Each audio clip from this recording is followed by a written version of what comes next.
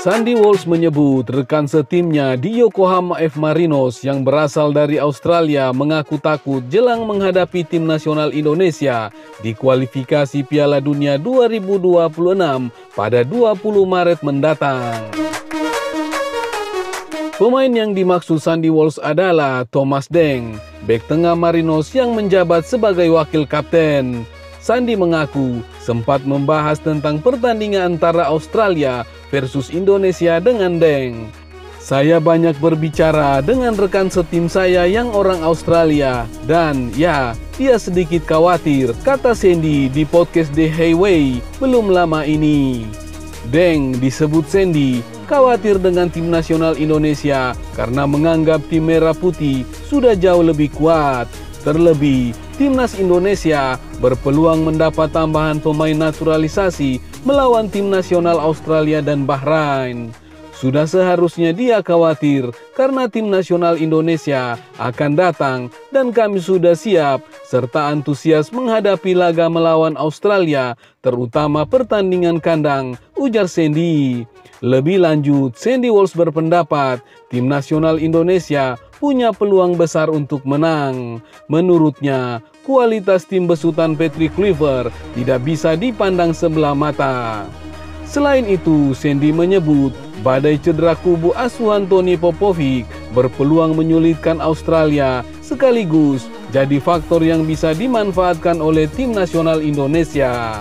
Teman saya tahu bahwa kami, tim nasional Indonesia, adalah tim yang kuat dan kami akan datang melawan mereka. Kemudian tentu saja mereka punya banyak pemain yang cedera untuk posisi yang penting, ucap Sandy Walsh. Sandy bahkan sering bercanda dengan rekannya dengan mengirim unggahan pemain-pemain Australia yang bertumbangan akibat cedera. Dia bilang bahwa timnya sedang dikutuk. Saya berharap bisa menghadapinya di Sydney. Jadi ini akan jadi pertarungan yang menyenangkan, kata Sandy Walsh lagi. Duel Australia versus Indonesia akan berlangsung di Stadium Allianz Sydney pada 20 Maret mendatang. Kemudian tim Merah Putih akan menjamu Bahrain di Stadion Utama Gelora Bung Karno. Sementara itu, pemain timnas lainnya Tom Haye menyebut tim-tim besar di Asia sudah tidak bisa lagi meremehkan tim nasional Indonesia di tengah perjuangan di kualifikasi Piala Dunia 2026. Lolos fase gugur Piala Asia 2023, peringkat dunia yang meningkat dan jadi pesaing kuat di kualifikasi Piala Dunia 2026 jadi faktor penguat pendapatnya. Saya pikir beberapa tahun lalu orang-orang mungkin tidak menyangka kita bisa bersaing dengan Australia. Menurut saya itu adalah langkah yang besar yang sudah kita lakukan, kata Tom Haye dalam podcast The Highway. Tom Haye juga melihat dinamika pertandingan sebelum melawan Jepang di putaran ketiga kualifikasi Piala Dunia 2026 pada November 2024 lalu. Dia merasa tim Samurai Biru sama sekali tidak memandang sebelah mata tim nasional Indonesia. Bahkan ketika kita melawan Jepang, tentu itu bukan hasil yang diinginkan.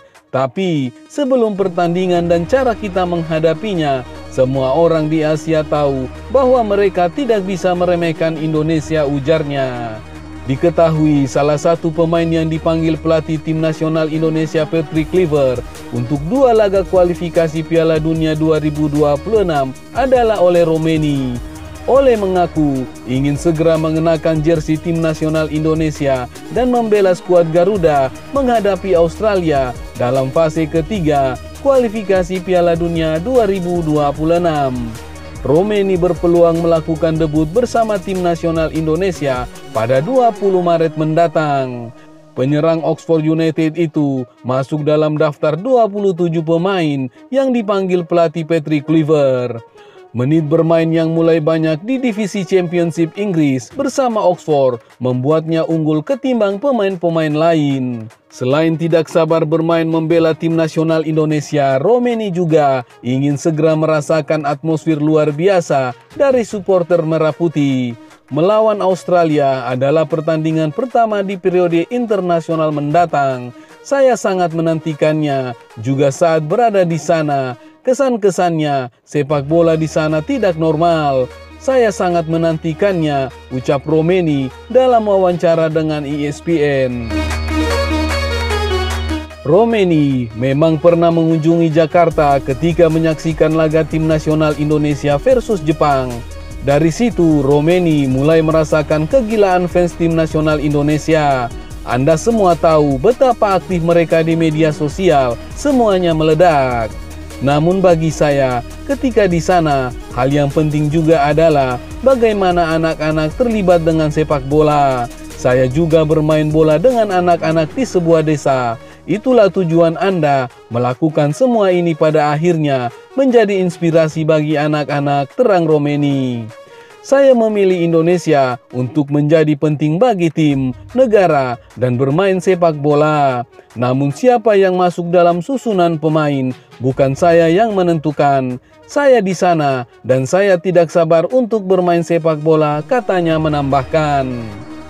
Kemampuan Romeni menjadi penyerang sayap atau penyerang tengah membuatnya bisa dipasang dalam berbagai situasi oleh Kluivert yang juga memanggil beberapa pemain depan jelang laga melawan Australia dan Bahrain pada 20 dan 25 Maret 2025.